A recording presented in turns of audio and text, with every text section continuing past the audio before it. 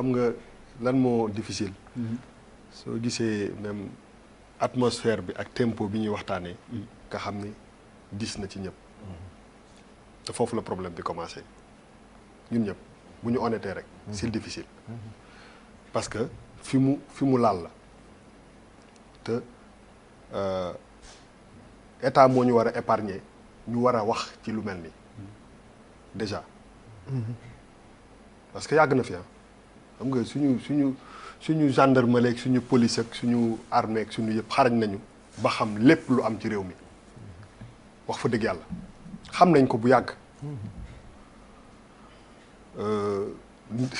bu doon yenn dëkk yi ragal naa ni benn parent sax benn nit mën na dem porter plainte état sax ne yow yaa ko seetaan parce que xamoon nañ ko. mënuñu ko bañ a xam c'est impossible.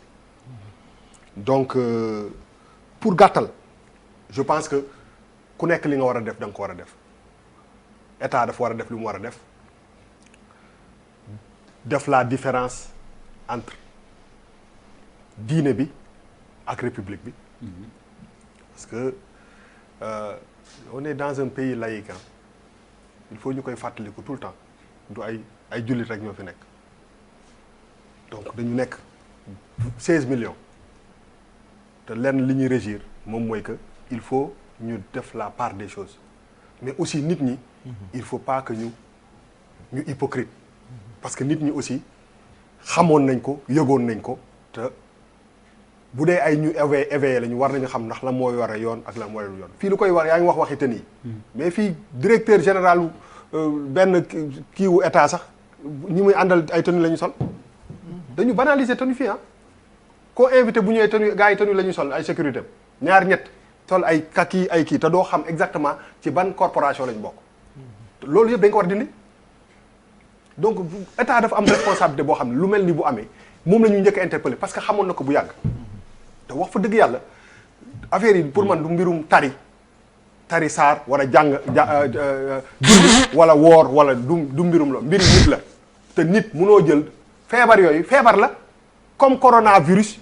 comme sida comme tuberculose feebar la di nga dem feebar coronavirus dem fekk benn buuba ndur rek ñoo ne ko faj ma doo dem seeti docteur lan mooy feebar ñooñu dañu feebar du ay affaire duñu ay xale am na ci ñoo xam ne ay adulte lañ c'est-à-dire que dañu feebar da ngay dem ci ki la mën a faj ci docteur bi la mën a faj mais doo dem ci benn buuba ndur mu taxaw loolu mu am dooleem boo buggee génn mu tëj la loolu rek la mën de doole rek la mën a jaay non ku amul xam-xam nga indil ko ku feebar di yëngu lan la mën a jaay lu dul doole kese parce que aussi faj nit pendant période bu mu fa ne am na nit yoo xam ne peut-être que changé nañ comportement bi parce que dañuy xaar ba génnaat mais bu ñu génnee dañuy nekk ci li ñu nekkoon parce que comme ni ma la wax ragal mooy tax ñu changer comportement donc je pense que c'est une opportunité comme ni ko Yérim waxee bu clair vraiment ñun ñii ñëpp parce que aussi seede dafa baax daal ñun ñii ñëpp gis nañu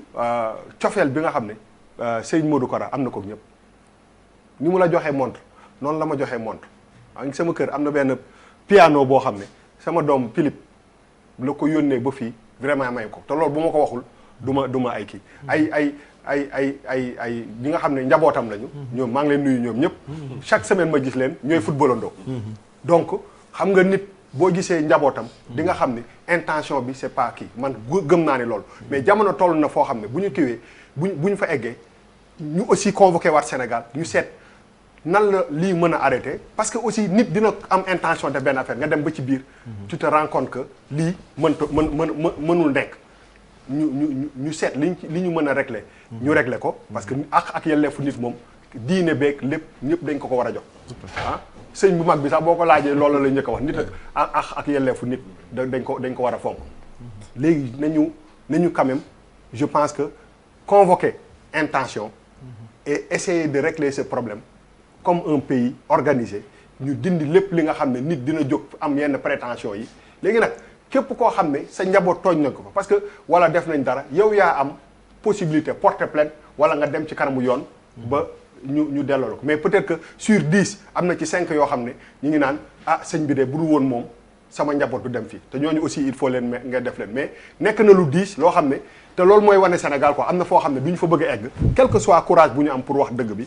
je pense que c'est le moment quand même de mettre fin à ce truc là pour que keneen bañ a jóg am benn prétention wu yar benn nit parce que état moom moo fi nekk pour loolu. est-ce que du politiciens yi ñoo njëkk am ay